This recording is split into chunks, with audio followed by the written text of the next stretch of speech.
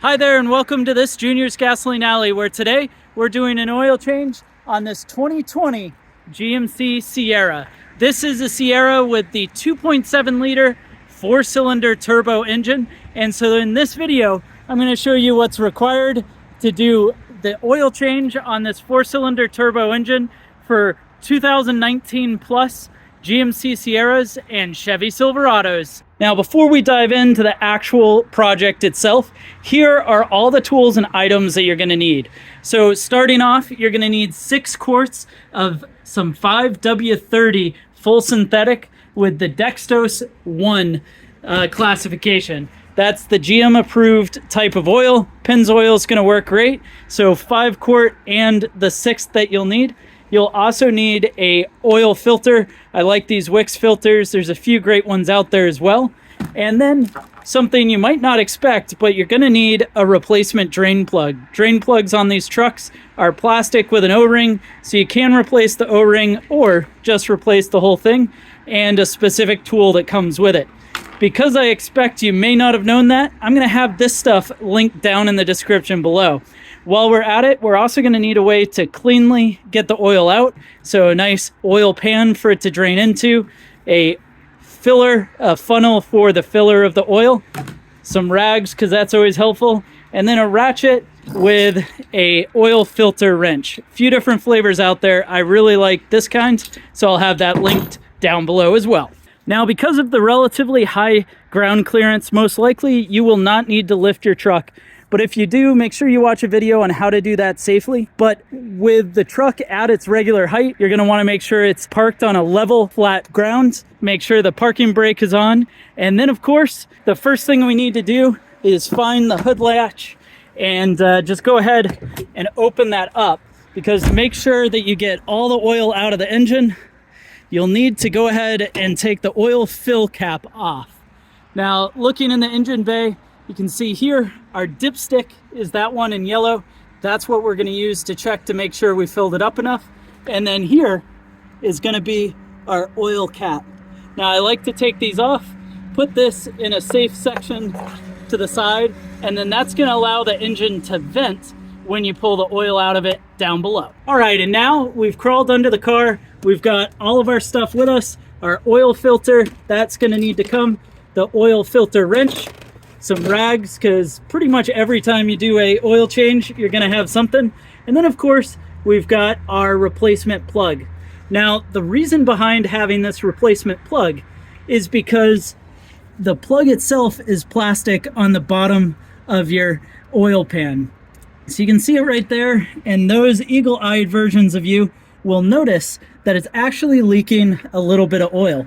Now, I recently had mine replaced, my oil replaced, I should say, at, a local Jiffy Lube.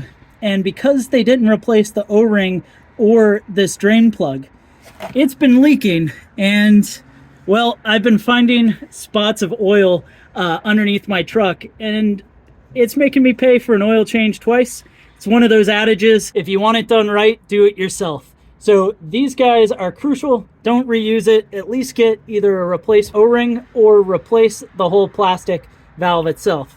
Well, anyways, next step here is we're going to want to go ahead and get pan underneath the oil drain. I've got the little tool that it comes with. And basically here, we can just unscrew that.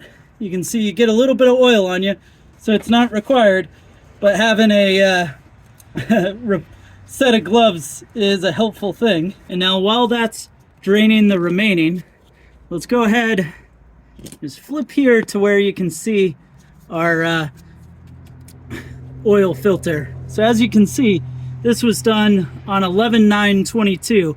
So I got about a month before I started noticing my engine was about a quart low. So definitely a good idea, if you can, to replace that filter. To take the oil filter off, sometimes this requires a tool, sometimes it doesn't. In this case, we're going to get away without needing the tool. But before we go too far, I always like to take the old oil or the new oil filter out of the box, because we need a place to store the old oil filter when it comes out. So this will just start unscrewing. It's going to have a little bit of oil in it itself, so just be careful not to let it fall.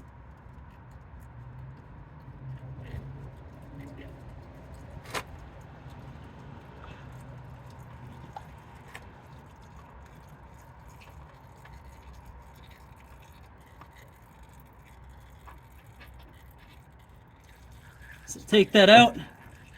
Remember how I said you're going to need a place to put the old one? Well, that is right here. So I've put it into the box where the other one came from. And then now this oil filter, the new one, we want to go ahead and just get both of them to rotate on top, because we're trying to take the oil from the old filter and loop it around on the seal, so that way when the new one gets installed, it's gonna go up there with a nice tight seal. And then now this can just screw right back on. Now be very careful not to let this cross thread, because that would be a bad day. So that'll go on just like that. Take a rag, wipe down everything that's got a little bit of drained oil on it. And we're able to do all this while the drain plug is still draining. You see it's got just a little bit of oil still coming out of it, because as you might see, it's still got a little bit of oil coming out of it right now. It doesn't need to be super tight, but go ahead and take that oil wrench and let's see if we can snug it up. There we go. And that's enough. With the oil filter on, our last but obviously very crucial step is to go ahead and take our new oil drain plug, the tool that's required, and you can see our timing was great because it's barely dripping anything at this point. Push that on, then you can take it out. Just go through, wrap the little bits of oil around on that O-ring, make sure everything's nice and lubricated, then press it in, turn tight, and you'll feel a click when it's all the way in. You don't have to over tighten it, literally just clicks into place. Take our rag, clean all the surfaces off where some oil residue was left over, and we're good to safely drag out our oil.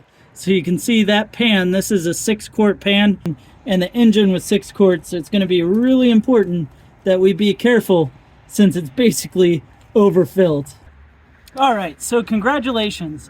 You've drained out all the oil, you've replaced your oil filter. Now it's time to put oil back in to where the oil came from. Now in this case, this truck requires 6 quarts of oil, so we've got the 5-quart as well as our additional 6th quart.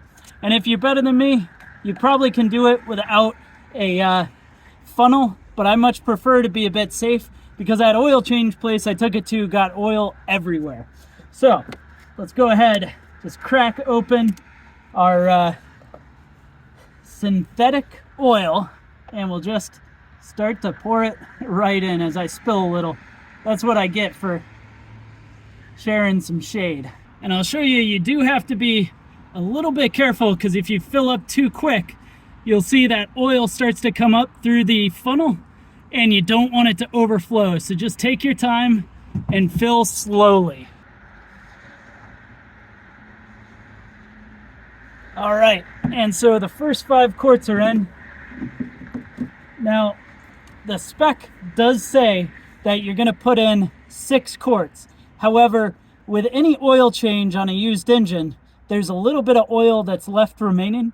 So we're gonna first fill it up with about half of this. Start the engine, and then measure the oil fill after it sits for a minute. So don't get too excited to start filling the whole thing. We'll let some out here.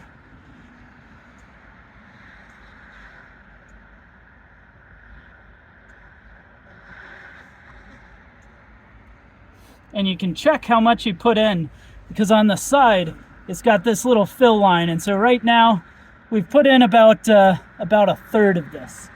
So a little bit more.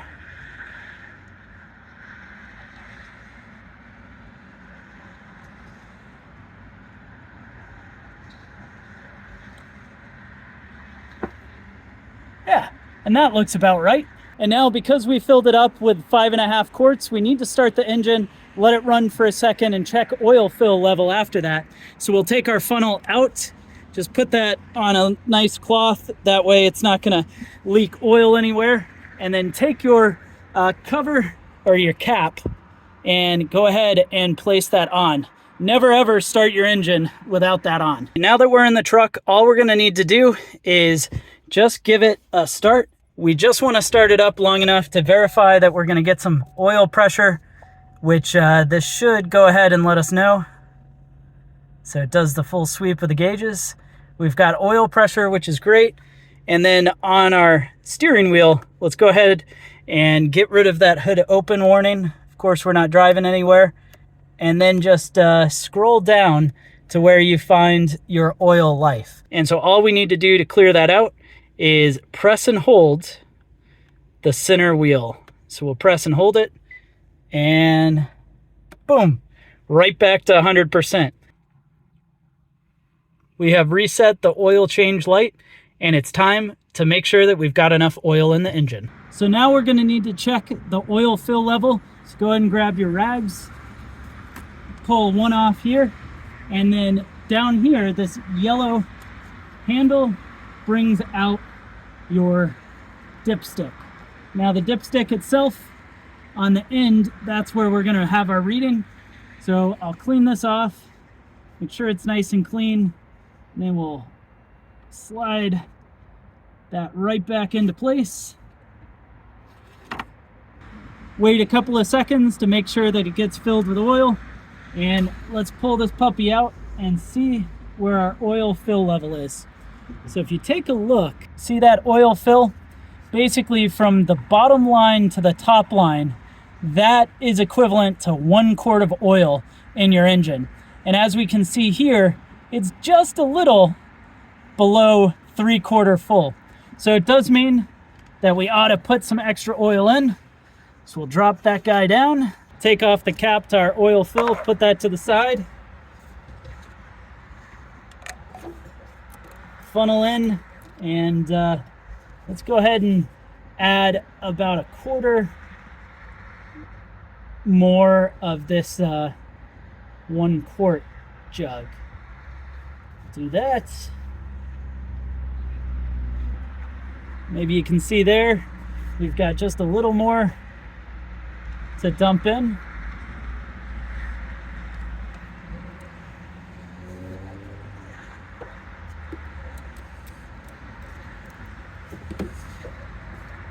Take this out.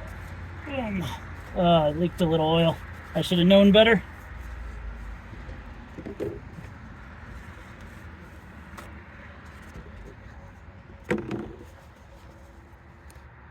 And now we'll take our dipstick out, clean it off first. That way it's nice and clean. Slide that back into place. Give it a moment.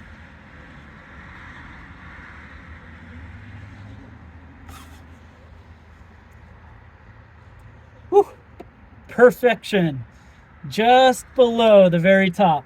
And that right there is how you do an oil change on your Chevy Silverado or GMC Sierra with a 2.7 liter turbo. Now, don't let the darkness behind me fool you. It's winter in New England. We lose light super fast, and even with videoing, this only took about 30 minutes. So do yourself a favor, skip the quick oil change service at your local place, and instead do it yourself for about half the money, being sure to replace your fill plug so that way you don't have to do it prematurely like I did. Well, anyways, thanks again for joining me on this video. I hope you found it helpful. If you did, hit the like button and leave me a comment down below letting me know what you enjoyed about it. And while you're at it, hit subscribe and browse the channel to see more videos like this to check out as well.